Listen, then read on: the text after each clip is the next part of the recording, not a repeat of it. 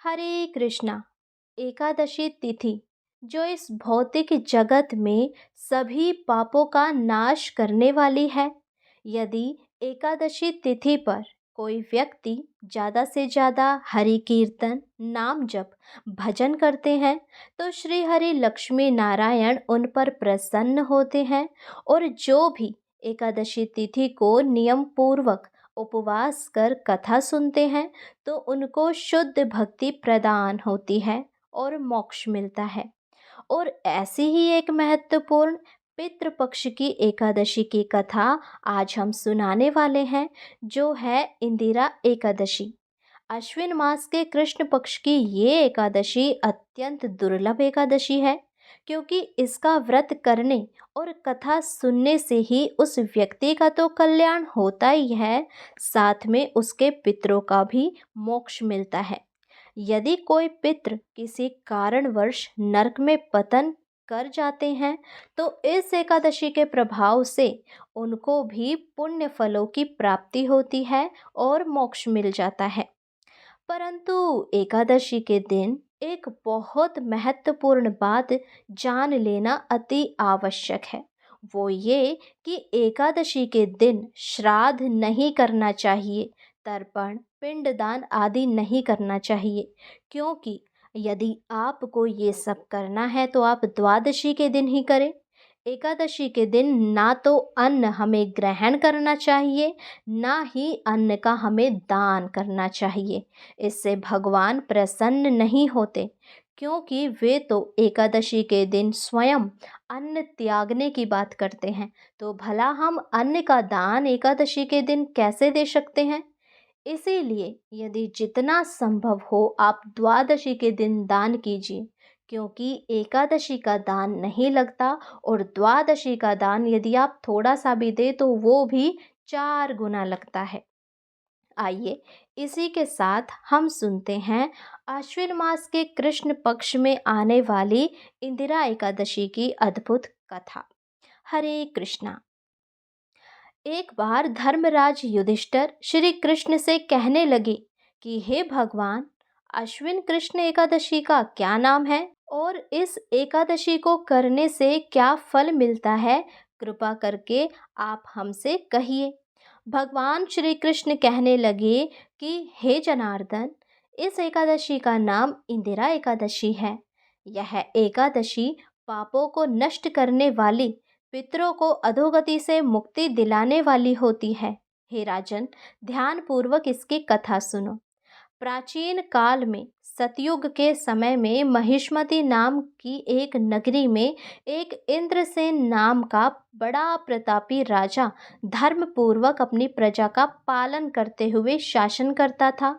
वह राजा पुत्र पौत्र और धन आदि से संपन्न और विष्णु का परम भक्त था। एक दिन जब राजा सुखपूर्वक अपनी सभा में बैठा था तो आकाश मार्ग से महर्षि नारद उतरकर उनकी सभा में आए। राजा उन्हें देखते ही हाथ जोड़कर खड़ा हो गया और विधि पूर्वक आसन व अर्घ दिया।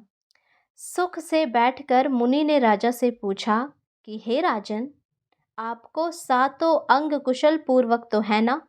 तुम्हारी बुद्धि धर्म में, तुम्हारा मन विष्णु भक्ति में तो रहता है ना? देवऋषि नारद की ऐसी बातें सुनकर राजा ने कहा, हे महर्षि, आपकी कृपा से मेरे राज्य में तो सब कुशल है तथा मेरे यहाँ यज्ञ कर्म आदि सकृत हो रहे हैं। आप कृपा करके अपने आगमन का कारण कहिए। तब ऋषि कहने लगे कि हे राजन, आप आश्चर्य देने वाले मेरे वचनों को सुनो। मैं एक समय ब्रह्मलोक से यमलोक को गया।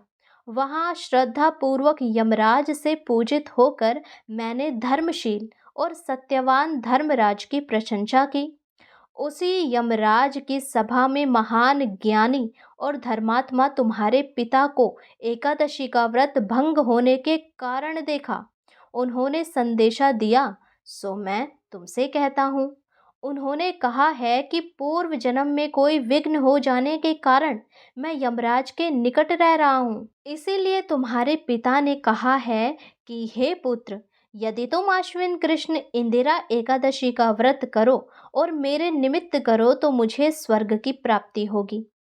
इतना सुनकर राजा कहने लगा कि हे महर्षि, आप इस व्रत की विधि मुझसे कहिए।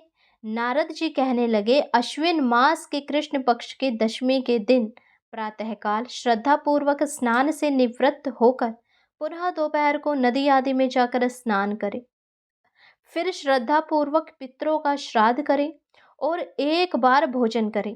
प्रातःकाल होने पर एकादशी के दिन दातुन आदि करके स्नान करें।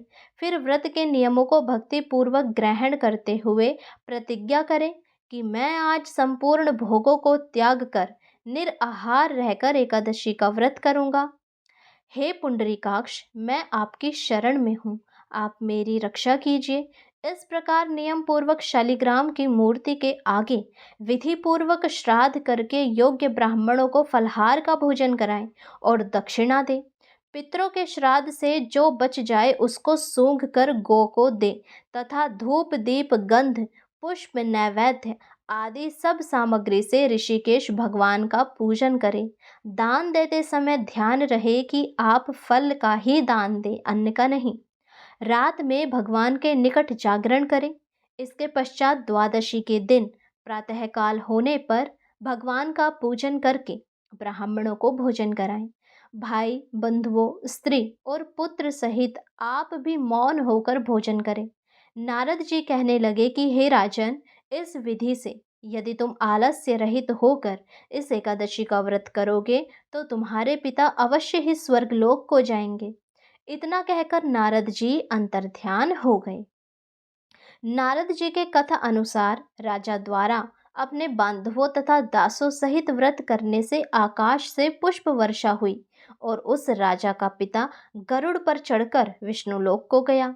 राजा इंद्रसेन भी एकादशी के व्रत के प्रभाव से निष्कंटक राज्य करके अंत में अपने पुत्र को सिंहासन पर बैठाकर स्वर्ग लोक को गए।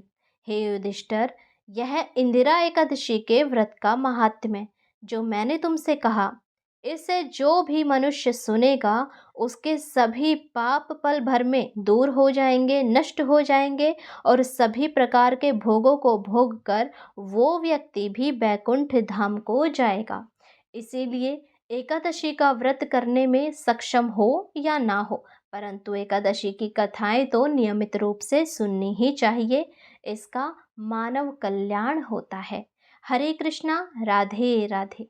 यदि वीडियो पसंद आई हो तो चैनल को सब्सक्राइब करें, वीडियो को लाइक करें और ढेर सारे कमेंट करें। जल्दी से चैनल को सब्सक्राइब करके बेल आइकन भी दबाएं ताकि जब भी हम कथा डालें तो उसका नोटिफिकेशन आपको समय पर मिले और आप कोई भी वीडियो मिस ना करें। हरे कृष्णा।